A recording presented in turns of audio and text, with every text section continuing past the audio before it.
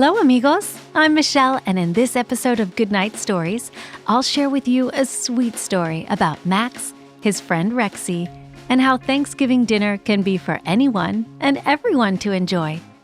This story was originally written by Alan G. Rexy's Thanksgiving Dinner. But why can't Rexy have Thanksgiving dinner? Asked a very upset Max. Oh, I don't know, Giggled Mommy. but I do have an idea. Why don't you set a table for Rexy and the other dinosaurs in the backyard, and then you can help me make the stuffing for the turkey. I know you always love to help me cook. Yay! Shouted Max as he took off running. Mommy was surprised when he suddenly stopped at the door and turned around. Can I invite some of my other toys? Or only dinosaurs? Invite anyone you want to. Just be sure to leave enough room for everyone to sit comfortably. We're going to make a special dinner just for them, Mommy said with a twinkle in her eye. As quickly as he could, Max gathered all of the toys which were his best friends. He then carefully and thoughtfully sat them around the table. Besides Rexy, there was every kind of dinosaur, well, at least 9 kinds.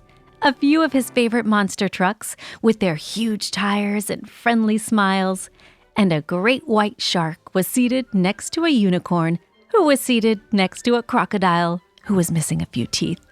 All of the toys were excited to try the dinner Max and his mommy were preparing with lots of love for them.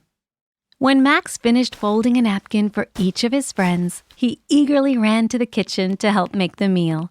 He really did love to help prepare food, but sometimes Mommy didn't let him do everything he wanted to, especially when there were guests coming to eat.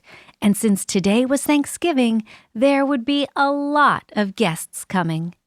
After doing his best to mix and stir the turkey stuffing, his favorite thing to do actually, and setting the table with the extra special plates Mommy only used on extra special occasions, Max was finally able to sneak out of the kitchen with a turkey wing, some stuffing, gravy, cranberry sauce, and a slice of apple pie. He had just enough to serve a hearty meal to each of his toys and rushed back to the kitchen before Mommy even noticed he'd left. The guests began to arrive, and the house filled with laughs, conversation, and the clinking of plates and silverware. Uncle Carlos began to play the guitar. He always had a new song to share with the family, and Max loved to watch him play.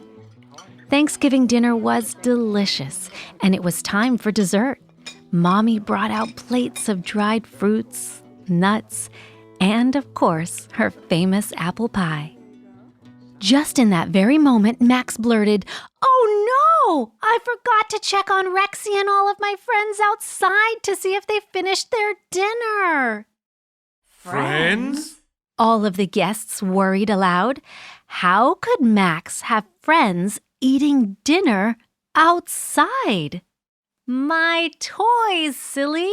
Who else would it be?" laughed Max. Uncle Carlos followed Max to the backyard to see what this toy dinner looked like. Behind him came all of the other guests who were just as curious. Everyone was shocked to see half-empty plates sitting in front of each of the toys, as if they had really eaten Thanksgiving dinner too. More surprising, however, was the picked-apart turkey wing which appeared to be moving across the table on its own. Behind the wing was a trail of pie and stuffing crumbs that formed a pathway all around the table. Interestingly, the cranberry sauce and gravy sat untouched. Looks like everyone is hungry tonight. Laughed Uncle Carlos. "But how is that turkey wing moving by itself?" asked Max.